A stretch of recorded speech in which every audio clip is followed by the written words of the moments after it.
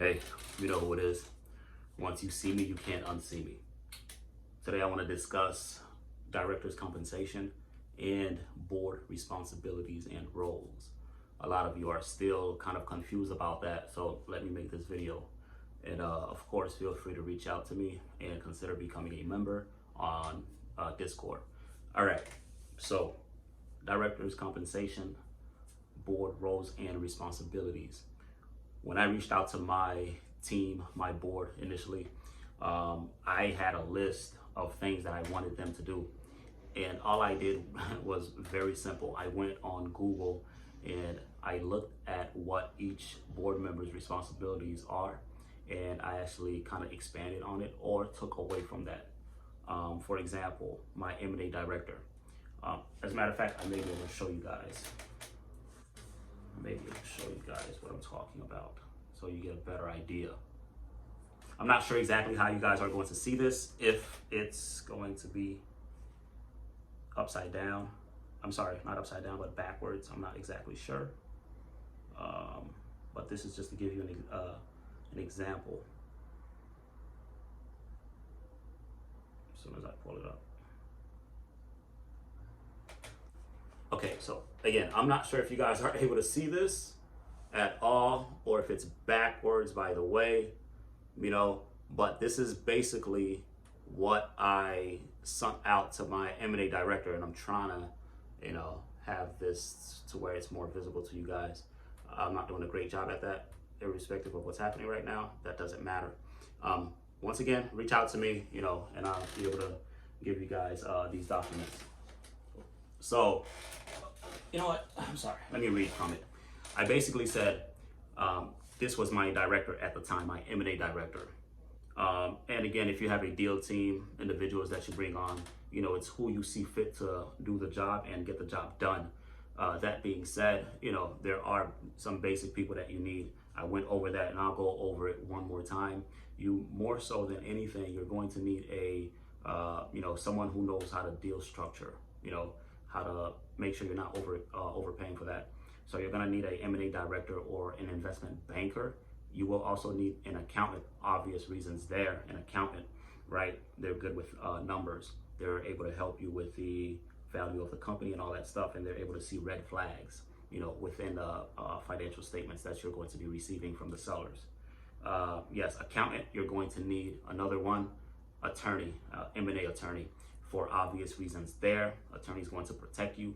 Once you engage due diligence, whether you choose to have your in-house team perform the bulk of the due diligence, or if you're going to outsource that to a third-party firm, you could do that as well.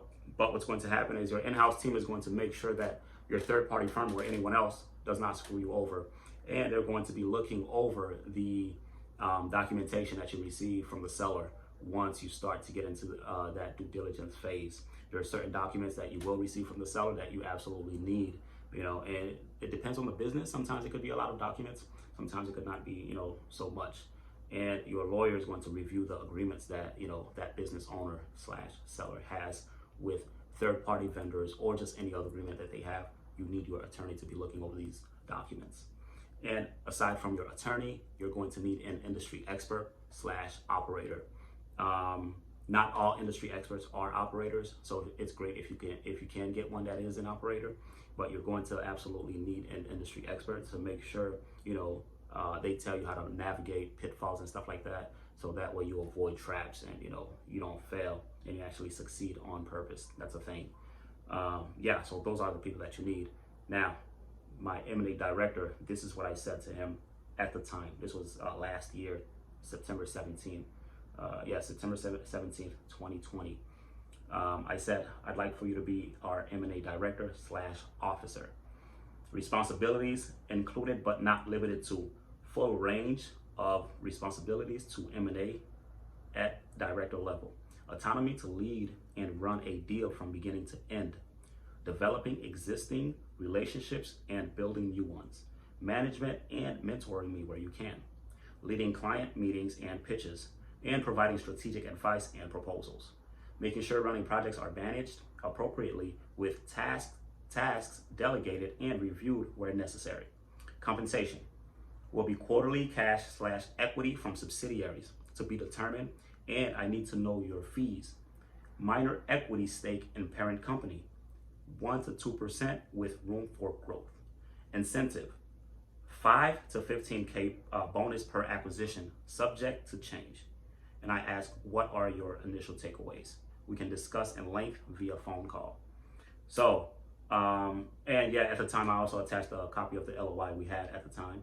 It was not sent out yet, but I included that just for his, that's what we were doing at the time. But that's what I send out to my board members slash team members that that just come on board, that I just recruited. I send them something like this, and it gets straight to the point. And some things in there, I'm not sure if you caught it, but I said to be determined. The reason I say that is because I don't want to put a number out there. Whenever I'm speaking to sellers or board members or anyone, when it pertains to numbers, I never actually give a solid number, because they tend to hold you to that number, and for some reason they just start thinking about this number, and that's what they hold on to. I don't like to play those games, so I always say, this is the part where I say quarterly cash slash equity from subsidiaries to be determined. Okay, minor equity stake in the parent company. Like I said, I don't give out a lot of equity, but I do give the option for that depending on the individual's performance. That being said, any equity that is issued out must be on a 36-month minimum vesting schedule with milestones that the individual has to reach, right? And every year you release a portion of that equity until the total principal amount is released. So if you're giving away 10% over, 5 years, basically 2% gets released every year until he gets to that 10% within that 5 year. And you can also have milestones. This works great with CEOs.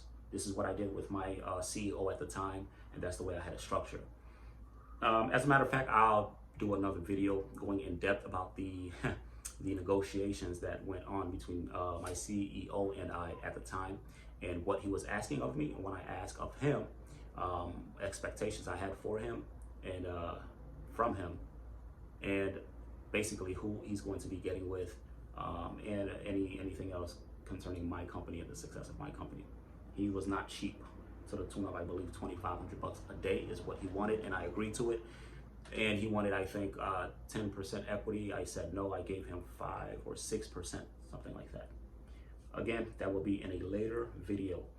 Now, let's get back to the topic, director's compensation, right? So that's the way I word my, when I reach out to these guys. Again, I'm gonna go over it. I'd like for you to be our M&A director / officer. Responsibilities included but not limited to the full range responsibilities to M&A at director level, autonomy to lead and run a deal from beginning to end, developing existing relationships and building new ones, management and mentoring me where you can, right? So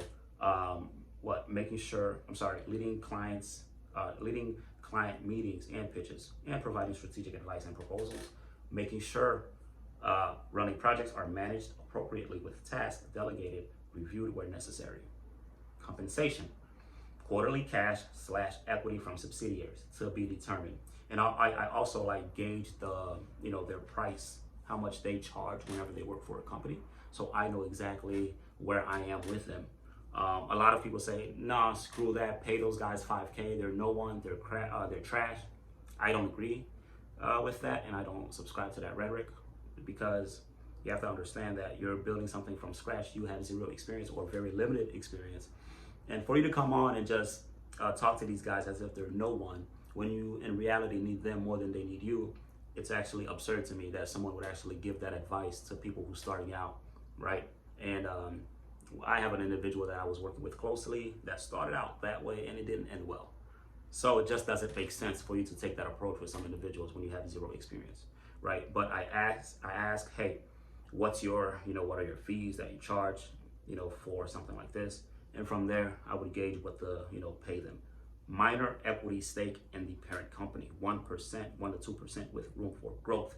The reason I put room for growth is because that individual may outperform the expectations that you had for that individual. So, there's always room for growth. And, that's only fair. Incentive, 5 to 15K bonus per acquisition. That is something that is absolutely doable, but I also put subject to change. And finally, what are your initial takeaways? We can discuss in length via phone call. Like I said, and if it's an accountant, I just worded the same. I'm sorry, I just worded that differently. Instead of being our M&A director, I would simply say I would, I'd like for you to be our in-house accountant. Which later they can transfer to a controller role, but that's a later discussion I have with them. With respect to equity, right? When I did give it out, that's not something we discussed in depth until I had a signed LOI. So once I had a signed LOI, that's when my board members would come on and say, hey, all right, now it's getting a bit more serious. We have, this thing is getting real. Let's start discussing, let's start discussing equity and the portion thereof and stuff like that. And they start, they would really want to discuss the formation of the company. So, side note, I always have these. Do not let anyone pressure you into forming the company before you have to. As a matter of fact, you can actually file for your corporation one day before you close on the deal. The reason why should be obvious, but you don't want to incur any overhead. You know what I mean? And not filing, I mentioned this in the previous video, you can operate as a corporation without filing, without legally, being a corporation, which that gives you some leeway to do certain things. Also, you don't have to have board meetings, or if you have a LLC, you don't have board meetings, you have members meetings. And you don't have shares, you have units when you have an LLC versus a corporation. But yeah, you can operate and do these things without, having to file. Also, there's no real purpose for you to file a company. It's not to get, it's not to get financing. That's not necessary at all. As a matter of fact, okay, this is something a lot of people don't talk about. If someone's giving you flack about, hey, your company's brand new, we can't give you financing because it's not minimum 3 years old. You simply say, fine. You ask your accountant, say, hey, how can I show the banks that we have 3 years of tax returns? Simply purchase a shell company, shell corporation. This is a thing. You can contact your secretary. Well, your Secretary of State. They manage these corporations. They don't have to have they don't have to be income producing corporations. It could still be an entity, and you could still get tax returns from any date from the IRS, because you can file at any time with the IRS. But you buy a shell corporation, which is just a company that's around not doing anything. If you get a 3 to 5 year or a 10-year-old, which is the limit, 10 years, they're just sitting there. But you can purchase these shell companies. Let's say you purchase one that's been around for 5 years and you file, tax returns. You don't have to be, generating income. You don't have to be a positive net, cash flowing business for you to file with the IRS. So you ask your accountant to do this. You want to show the banks that you have 3 years of tax returns or whatever. Buy the shell company for about $800, 5, 10-year-old one, $800 or so. You file, and then when you get your papers, you show the bank, hey, I have tax returns. What's the date on that? Oh, 2017, 2015. All right, good. Let's make it work. And if they don't know about that, simply ask for the manager to speak to the manager, because they may not know about that. But that's a simple way to get around your company's being too young. Simply buy a shell company that's been around for 3 years to 5 years. File the taxes on that. Doesn't have to be cash flowing. Get the tax returns back. Get the tax papers back. Show the banks, hey, what's the date? Oh, 5 years ago. Okay, let's do it. Right? Just a simple strategy you guys have to get yourself familiarized with. Yes. Like I was saying, do not let any board members pressure you into forming the company any quicker than you have to. In fact, if anyone is, like I said, giving you flack about that, simply go to your attorney, your M&A attorney, and have your attorney let these individuals know what's happening, because it was my attorney on a board meeting, that actually told our team, hey, there's no real reason to file right now, not to show sellers that we're incorporated, none of that, because it's absolutely not necessary to do so. And it's just going to take, it'll cost a bit more, maybe $2,500 for you to file the day prior to closing the deal. So don't worry about that, right? What else? Oh man, this video is already longer than I wanted to. Yeah, I guess we'll end it here, but overall, like I said, that's the way I sent out, that's what I sent out to my board members / team when I bring them on. And I always keep them engaged, so I give them updates maybe, every week, every 2 weeks or so. into what's happening with me, what we're doing, what kind of deals, we're looking at. You don't want to, bombard them, but you also don't want to, have a long period of time go by to where they forget about you and they're no longer interested. And that's happened to me. So, yeah. Okay, so roles. I mean, yeah, that's basically when you send that out to them, they would understand. I guess they would basically ask you, hey, what do you want me to do next? So my accountant, what I asked of my accountant, I said, hey, I need for you to get me other accountants on board. So reach out to other accounting firms and see if they're willing to work with us on success fee basis. This is something I did at the time. I actually got Deloitte to work with us on a success fee basis. Deloitte down in Miami, which is where I am right now. They agreed to work with us, but I got my accountant to start that. Also, what I did with my accountant, when I sent financials over, I was like, hey, could we actually, do you have time? Can you go over financials with me so I know when you're looking at financials, what you're looking at, what stand out to you, what are red flags that you see, things that are interesting or things that are missing. So I started to, do that with them, and I started to be able to read financial statements like I mentioned before, and be able to point out red flags. You can also do this with everyone on your board. I mean, with the exception of your, industry expert, but they will more so just be talking and telling you exactly what's happening with the industry, shifts that's happening, right? How to maneuver or gray areas you can maneuver. Basically their experience. But other than that, I mean, that's what I have my board do. And I give the individuals their job. So if it's an accountant, give them financials to look at. Investment banker, hey, what's the deal structure is going to be like? How are we going to incorporate the company? What's the structure? Your attorney, get familiarized with the legalese of the documents and stuff like that. I mean, that's basically it, right? Yeah, that's basically it. Again, these videos always seem to be longer than I want them to, but it is what it is. Just want to get bring you guys what I know from my experience with as little fluff as possible. So that being said, guys, you know me, I'm out. Yeah. Okay, I'm sorry. One more thing. Someone wanted me to mention, I guess, join our Discord group if you want to know more about this. If you want to learn more about this, man, I suck at doing this. But yeah, join our Discord group, our Facebook group, Elite Acquisitions and Investment Banking, So, all right, guys, I'm out.